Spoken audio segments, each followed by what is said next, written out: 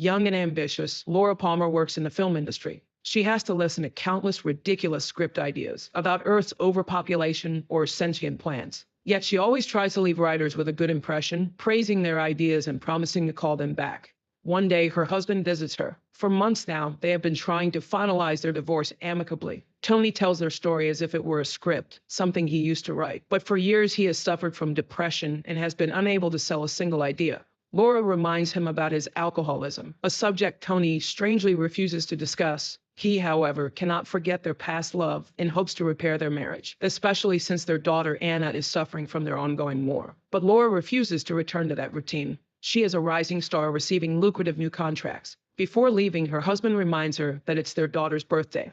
Laura has to pretend she remembered. As soon as Tony leaves, she immediately asks her assistant, Christian, to order a cake for Anna. Just then, she is approached by a competitor who announces that billionaire Snail Sr.'s private jet has arrived. That means he has chosen someone to become a shareholder in his new project, and the competitor believes it will be her. Laura rushes to the reception, where she runs into Snail's son, Sebastian, who mockingly comments on her lucky watch, the one she only wears on rare special occasions. She wants to know whom the plane has come for, as she had planned to fly to Barcelona to see her daughter. But Sebastian avoids the subject, instead talking about the unexpected death of one of the world's richest men. Eventually, he admits that his father has chosen Laura's competitor, so she is free to focus on other matters.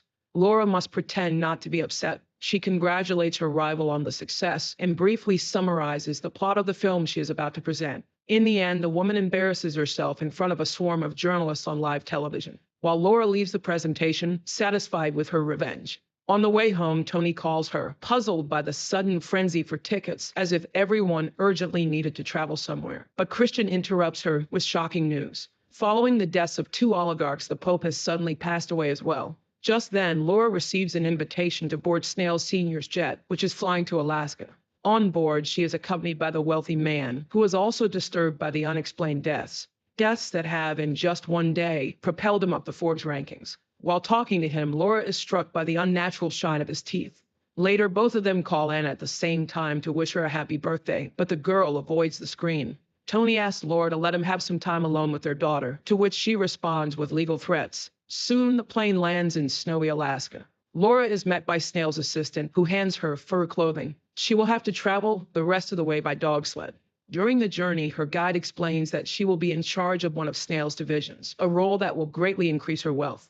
Laura is brought to a settlement where Snail himself greets the new arrivals. He speaks about Alaska's first settlers, in whose honor he built this camp, to remind people of the pioneers who built their fortune with their own hands. He is firmly against laziness and weakness, disregarding slogans about equality and diversity. He believes only the wealthy drive the world forward by building industries. That is why he invited future shareholders here, to remind them that gold belongs to those who dare to face the cold and strike their pickaxes into the frozen ground.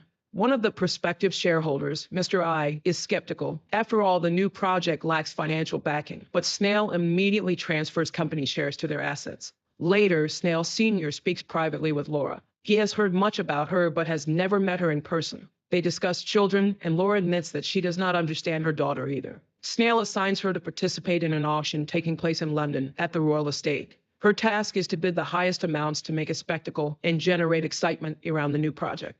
The next morning, Laura returns to London. Mr. I is on the flight with her and confesses that he has been sent to Sicily to inspect refugee camps. He speaks disdainfully of those fleeing their countries. Laura tries to contact her daughter, but Tony informs her that Anna stayed over at a friend's house. So Laura opens a news portal, only to discover that the world is in chaos. A strange epidemic is spreading everywhere. One by one, the richest and most powerful people on the planet are dying, and no one can explain why. At the airport, Christian greets Laura, and she suddenly asks him a strange question, whether she is truly rich. She convinces herself that, for now, she is still only on a mid-level rung of the ladder. They arrive at the auction, and at the right moment, Laura announces an outrageously high bid for one of the lots, presented by a member of the royal family in attendance. Unexpectedly, Anna calls her, and Laura has to step out of the hall. Just then, she hears screams. The man who had just won a painting for $2 million collapses and dies on the spot. Chaos erupts worldwide. People are now certain that a mysterious flu is exclusively targeting the wealthiest citizens. The economy spirals into collapse as the elites scramble to get rid of their assets. The disease, resembling a virus, seems to infect only the upper class. Laura starts to worry. Suddenly, her mother calls from Spain, informing her that Anna is staying with her since neither Laura nor Tony can resolve their issues. Laura resents her mother's interference, but the woman hangs up. Determined, Laura decides to fly to Barcelona. Before leaving, she meets with Snail Jr., who is furious about her rapid rise. His father hadn't even asked what his plans were for Laura. Now she is wealthy and can buy herself new watches. Meanwhile, his father had poured all his fortune into charity, but Sebastian had prepared in advance. He had secured his financial independence. He sneers at his father's decisions, while Laura suddenly notices the eerie, dazzling shine of his teeth. Later, Christian informs her that a state of emergency has been declared, making it extremely difficult to leave for Spain. She orders him to find a ticket on any available transport. The more expensive, the better. Meanwhile, she drives home through streets consumed by unrest. On the way, she calls her business partner from Snail's enterprise. He informs her that she has become significantly richer, but the only way to spend her money is by transferring assets to someone else, if she can even find someone willing to take them. At home, Laura gathers all her valuables, realizing that money no longer holds value. Suddenly, soldiers arrive at her door, offering to place her under protection. She pretends to agree, but escapes down the fire escape, heading straight to the airport, where Christian meets her with a ticket for a cargo flight. Before departure, she unexpectedly hands Christian some documents, explaining that due to her divorce, she needs to transfer her assets to someone else, and offers him the opportunity to sign. Christian understands the true implication of her gesture and walks away. The plane takes off. During the flight, the passengers, anxious and uncomfortable, begin to argue. When an elderly woman notices the glow of another passenger's teeth, she attacks him. In the struggle, they accidentally open the aircraft door and both fall out into the sky. Finally, the plane lands in Spain, now engulfed in chaos. Tony meets Laura and drives her to her mother's village. Along the way, they encounter a checkpoint where officers inspect travelers for signs of infection and any valuable possessions. Laura worries about her bag full of jewelry, but before they can be searched, a truck crashes into a police vehicle, causing a distraction. Seizing the moment, the couple escapes. Horrifying news floods in. People are hunting down the wealthy, killing them, and destroying their property. Everything is burning, exploding. Governments have collapsed. At last, Tony and Laura arrive at their destination. Marta greets them, though Laura is visibly displeased by her meddling. Her mother is astonished at her blindness. The world is crumbling. Her wealthy associates are dying en masse, despite their belief that money would protect them from everything. Yet Laura still refuses to accept that life as she knew it is over. Laura stays, though the villagers eye her with suspicion. One of her former friends notices her watch and reminds her that she bought it with her first paycheck as a waitress. Meanwhile, a neighbor suggests a theory that the virus is moving down the social hierarchy. He wonders aloud when Laura's turn will come. That night, Laura confesses to Tony just how rich she is and tells him that she had been ready to hand over all her assets to Christian. She fears that she is already infected and wants to leave. But before she can act, a furious mob gathers outside, demanding that the filthy rich woman leave, taking her contagious family with her. Laura begs them to spare Anna and Marta, but no one listens. Then a friend of Laura's offers them his boat. The family quickly boards and sails away into the night. Marta suggests heading to Tanzania, where she has a friend living in the mountains. He might take them in for a while. Though it is an incredibly long journey, they have no other choice.